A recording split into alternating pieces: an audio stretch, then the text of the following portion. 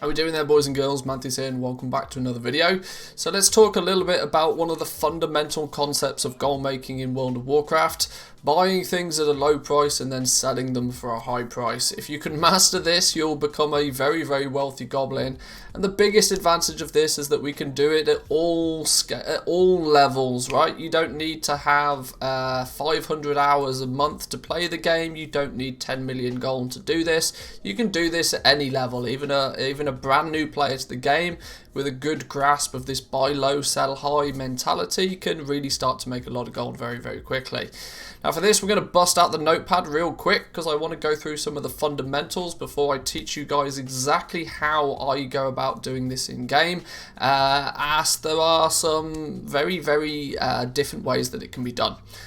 Let's break out the notepad real quickly. You know it's a serious video when we get the notepad out.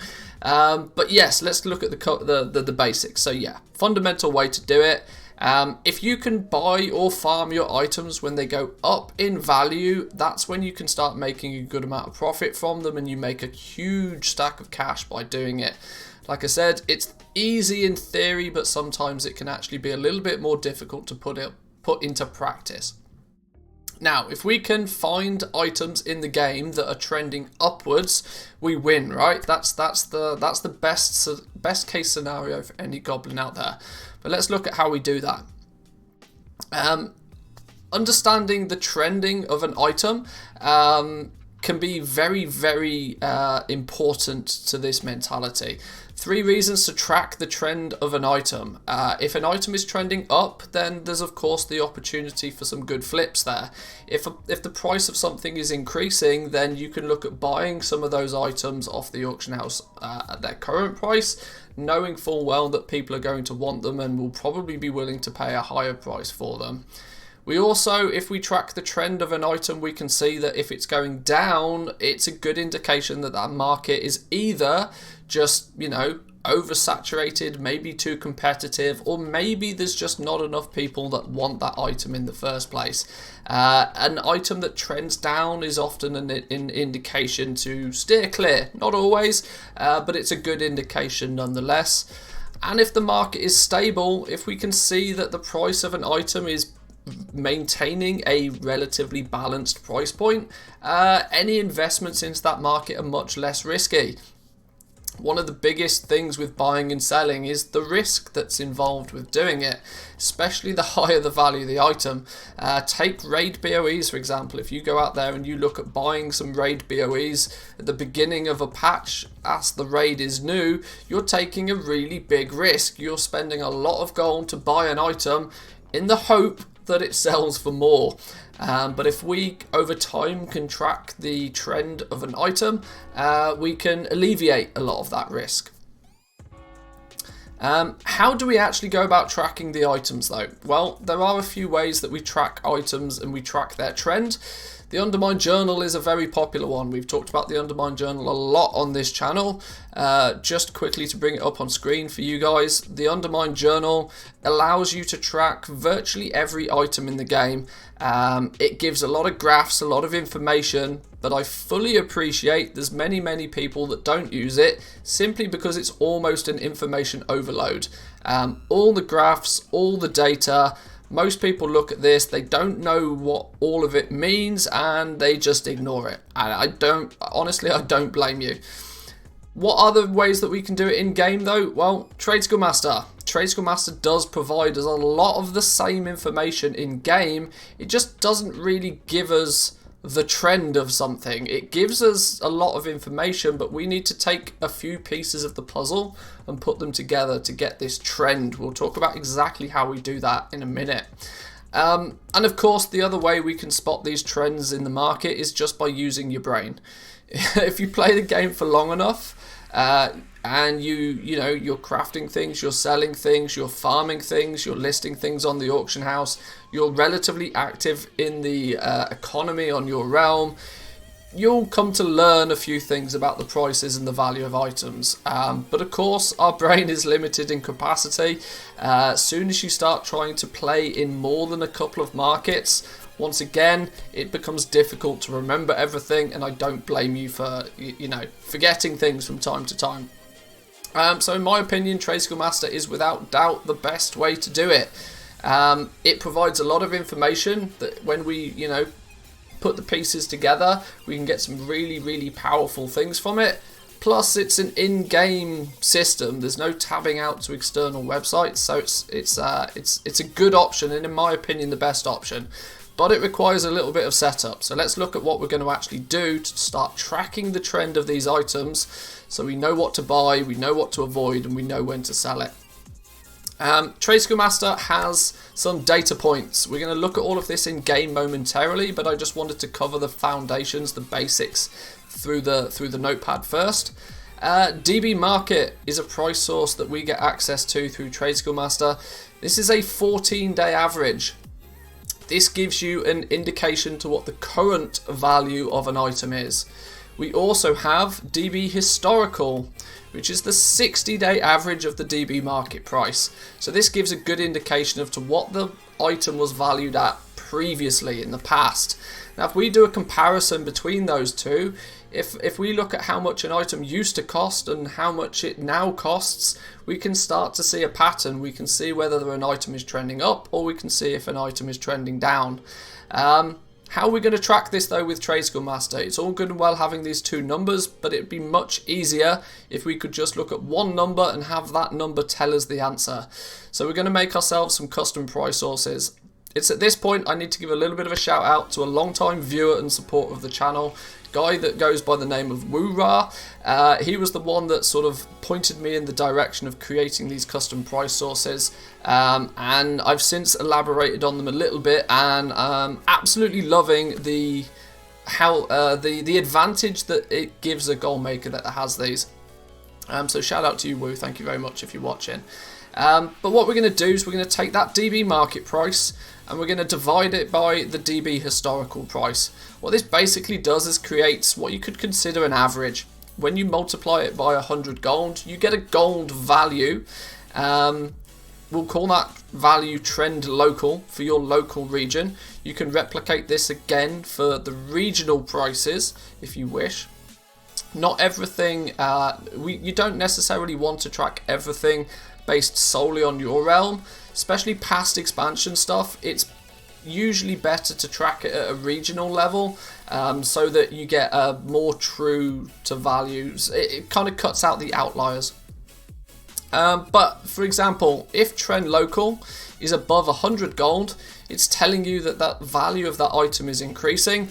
And if trend local is below 100 gold, it tells you that that item is decreasing in value over time. It's trending down, trending down. And so with this in place, we can hover over virtually any item in the game, and just by reading the tooltip, know whether the price is going up or whether the price is going down. And this becomes really, really powerful. So let's very quickly look at how we actually import that to the game. So if we jump in game real quick and we open our TSM, you can do /TSM, or you can just click on the minimap icon and you'll get the main dashboard.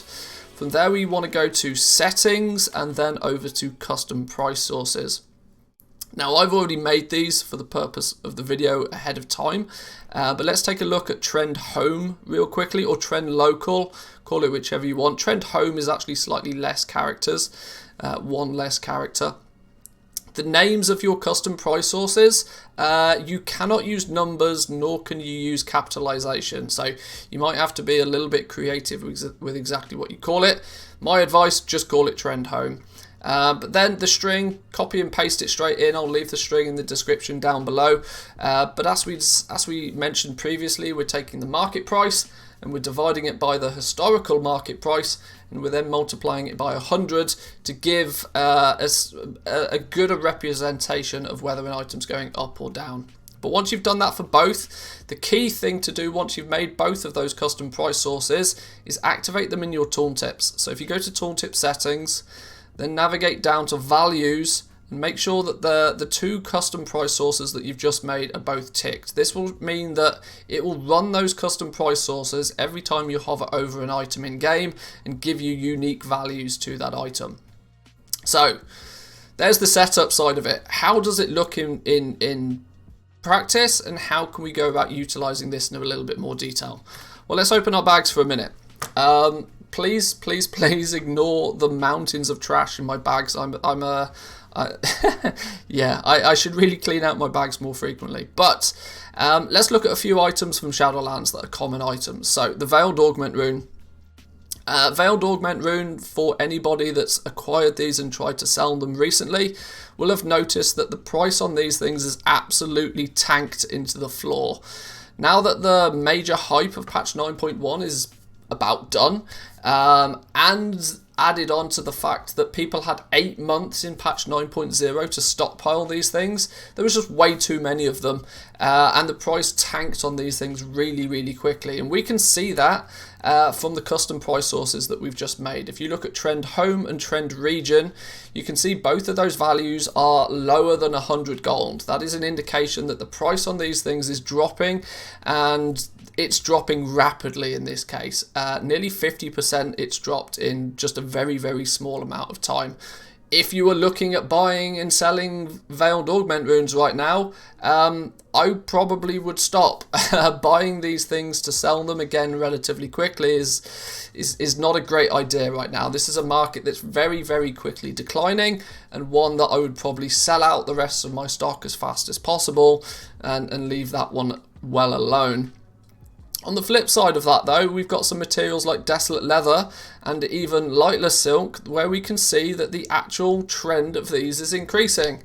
Lightless Silk, for example, has a trend home value for me personally of 114, which is indicating that it's gone up 14% quite recently, and the regional price is mirroring an even greater increase. The regional trend of Lightless Silk has gone up nearly 30%. Why is this? Well, we kind of know a little bit why this was the case. Patch 9.0 had a long tail to it, where people had many days, weeks and months to farm this stuff, and there wasn't really many people out there buying it, so the price of Lightless Silk got really cheap. Come patch 9.1, the new Crafter's Marks, both the Crafter's Mark 3 and the Crafter's Mark of the Chained Isle, required an awful lot of Lightless Silk.